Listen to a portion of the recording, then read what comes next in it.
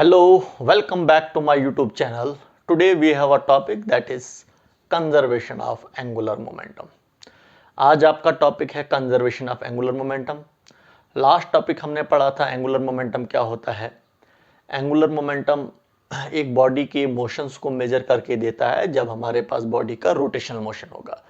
जो angular moment जिस angular momentum को हम रिप्रेजेंट करते हैं एल से, वो एंगुलर मोमेंटम किसके इक्वल होता है? That is equal to the cross products of perpendicular distance and a linear momentum. समझे आप? तो हमने देखा था कि आपके पास एंगुलर मोमेंटम जो होता है वो आर क्रॉस पी के इक्वल होता है। आर परपेंडिकुलर डिस्टेंस होता है और पी लीनियर मोमेंटम होता है। तो यही हमने एल की हमने एल की वैल्यू दूसरी हमारे पास जो निकली थी वो एम वी आर के इक्वल आई थी। m is the mass of body, v is the linear velocity and r is the perpendicular distance from the axis of rotations। तो ये r हमारे पास perpendicular distance from the axis of rotation होता है और ये p हमारे पास linear momentum होता है। ये हमने angular momentum में हमने पहले टॉपिक में पढ़ा। जिसने नहीं पढ़ा होगा उस टॉपिक पर जाएं, अच्छे तरीके से उस टॉपिक को समझें, तब जाकर हम ये कंजर्वेशन ऑफ एंगुलर मोमेंटम जो है वो समझ पाएंगे। तो देखिए आज का आपका टॉपिक जो है your conservation of angular momentum. Conservation of angular momentum क्या होता है? जब भी हमारे पास एक बॉडी का रोटेशनल मोशन होगा, जैसे हमारे पास एक बॉडी जो है इसका रोटेशनल मोशन है और किस एक्सेस पर घूम रही है हमारे पास बॉडी, वो जेड एक्सेस पर घूम रही है। जैसे हमारे पास ये जेड एक्सेस बोर्ड के बाहर होगा, ऐसे बोर्ड के बाहर होगा, तो हमारे पास जो है एक बॉडी रोटेशन हमारे पास सर्कुलर मोशन है, उसका रोटेशनल मोशन है, उसका हमारे पास जो है वो हमारे पास बॉडी जो है वो एक्स वाई प्लेन पर घूम रही है। ये एक्स है, ये वाई है, तो ऐसे हमारे पास जो है एक्स वाई प्लेन पर हमारे पास बॉडी घूम रही है और ये जो फिंगर जो है वो इसकी एक्सिस ऑफ रोटेशन है और यहाँ पर हमारे पास एक्सिस ऑफ रोटेशन क्या है? जेड है। तो यहाँ पर सिंपल में हम कहेंगे जब हमारे पास बॉडी का रोटेशनल मोशन होगा, तो ये आपको मैंने पहले ही बोला है, जब भी एक बॉडी का रोटेशनल मोशन होता है तो वो किसकी वजह से होता है? वो हमारे पास टॉर्क की वजह से होता है। जो काम हमारे पास लीनियर मोशंस में फोर्स करती है वही काम यहां पर रोटेशनल मोशन में टॉर्क करता है। तो टॉर्क की वजह से हमारे पास क्या करती है? बॉडी रोटेट करती है। अगर हमारे पास लीनियर मोशन में बॉडी एक स्ट्रेट लाइन पर मूव करती है तो वहां पर हमारे पास बॉडी जो है वो किसकी वजह से? एफ की वजह से हमारे पास बॉडी जो है वो मूव करती है। तो यहां पर अगर बॉडी रोटेशनल मोशन में है तो वो टॉर्क की वजह से है।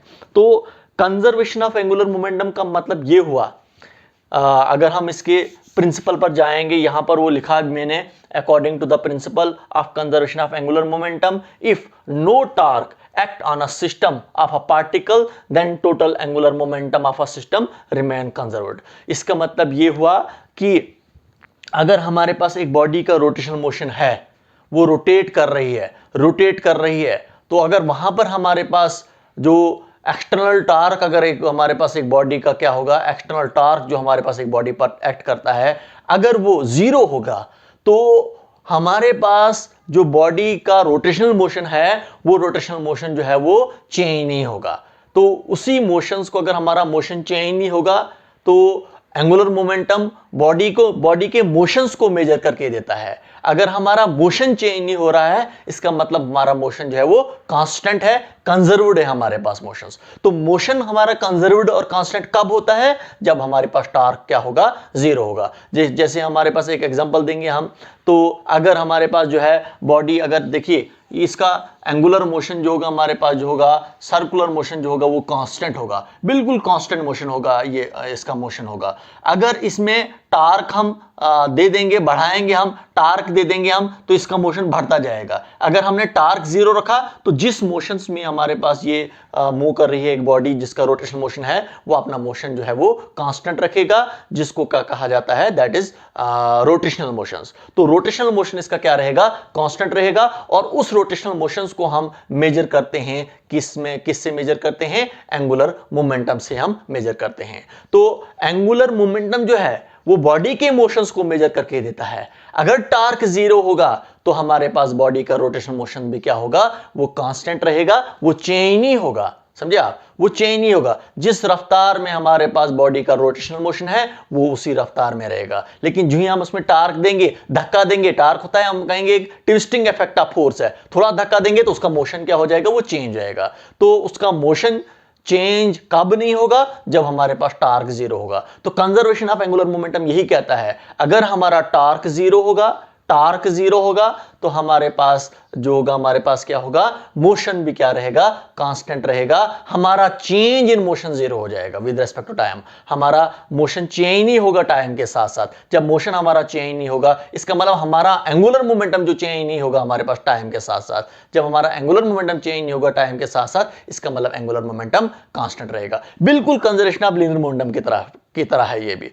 जैसे हमने कंजर्वेशन ऑफ लीनियर मोमेंटम पढ़ा था हमने, तो वहां पर हमने पढ़ा था अगर हमारे पास फोर्स जीरो होती है तो हमारे पास बॉडी का मोशन भी क्या रहता है, स्ट्रेट लाइन में वो कांस्टेंट रहता है, उसका मोशन जो है वो चेंज नहीं होता है। जो ही हम, जैसे गाड़ी चलती है, गाड़ी में हम एक्सीलेटर का यूज करते हैं, तो एक्सीलेटर एक फोर्स होती है, तो उसका मोशन जो है वो बढ़ जाता है, उसका मोशन चेंज हो जाता है। इसका मतलब वहां पर अगर हमारे पास गाड़ी एक स्ट्रेट लाइन पर मूव करती है तो उसका मोशन जो हमारे पास क्या हो रहा है, उसका मोशन चेंज हो रहा है, उसका लीनियर मोमेंटम चेंज होगा। किसकी वजह से? फोर्स की वजह से, एक्सीलेटर की वजह से। या हम ब्रेक यूज करते हैं, वो भी हमारे पास क्या है, वो भी एक फोर्स ही है, उसकी वजह से भी हमारे पास मोशन क्या हो जाता है, चेंज हो जाता है, गाड़ी स्लो डाउन हो जाती है, तो वहां पर भी मोशन चेंज हो जाएगा। अगर हमने ना एक्सीलेटर यूज किया, ना हमने यूज किया कौन सा, ब्रेक यूज की, तो गाड़ी का जो मोशन होगा वो मोशन टूटेगा नहीं। जिस मोशन में गाड़ी रहेगी उसी मोशन में हमारे पास गाड़ी जो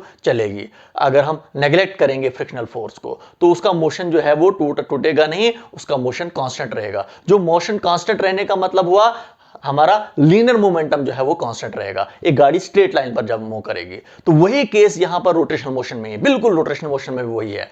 वहां पर फोर्स है, यहां पर टार्क है, टार्क की वजह से एक बॉडी रोटेट करती है। तो टार्क की वजह से अगर बॉडी रोटेट करती है तो रोटेशनल मोशन तब जाकर हमारा चेंज होगा जब हमारे पास टार्क जो होगा वो प्रेजेंट होगा। टार्क प्रेजेंट नहीं होगा, टार्क जीरो होगा, तो रोटेशनल मोशन इसका जो होगा, रोटेशनल मोशन इसका जो रहेगा वो कांस्टेंट रहेगा, और उस रोटेशनल मोशंस को हम एंगुलर मोमेंटम से हम मेजर करते हैं। तो ये हमारे पास होता है कंजर्वेशन ऑफ एंगुलर मोमेंटम। तो देखिए इसी का हम मैथमेटिकली प्रूफ निकालेंगे। हम मैथमेटिकली जब प्रूफ निकालेंगे हम इसका, तो आपको पता है हमारे पास जो है अकॉर्डिंग टू जो हमारे पास न्यूटन सेकंड लॉ है, वो हमें कहता है force is equal to the rate of change of linear momentum.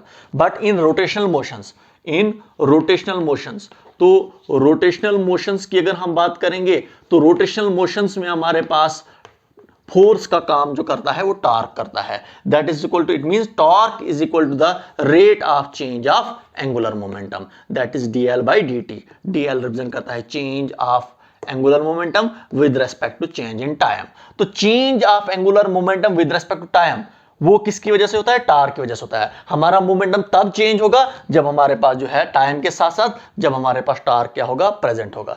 जब हमारे पास टार्क क्या होगा, अब देखिए बिल्कुल ये वाला जो हमारे पास केस जो है वही हमारे पास न्यूटन सेकंड लॉ बिल्कुल यही है। जब लीनियर मोशन में हम पढ़ते हैं F is equal to dp by dt, that is force is equal to the rate of change of linear momentum with respect to time. तो यहां पर torque is equal to rate of change of angular momentum with respect to time. तो देखिए हमारे पास जो statement है ये कह रही है if external torque is zero. इसका मतलब इफ टाउ जो होगा हमारे पास क्या होगा, जीरो होगा, तो ये आपके पास एबो इक्वेशंस क्या बनेगी, dl भाई dt, ये भी आपके पास जीरो ही होगा। इसका मतलब अगर टॉर्क जीरो होगा तो change of angular momentum with respect to time वो भी जीरो हो जाएगा। इसका मतलब हमारा मोमेंटम जो है, angular momentum with respect to time हमारा चेंज नहीं होगा। जब हमारे पास एंगुलर मोमेंटम टाइम के साथ साथ चेंज नहीं होगा तो इसका मतलब क्या होगा, इसका मतलब एंगुलर मोमेंटम आपका जो रहेगा, L जो रहेगा आपका क्या रहेगा, L is equal to constant. L हमारा जो रहेगा वो कांस्टेंट रहेगा।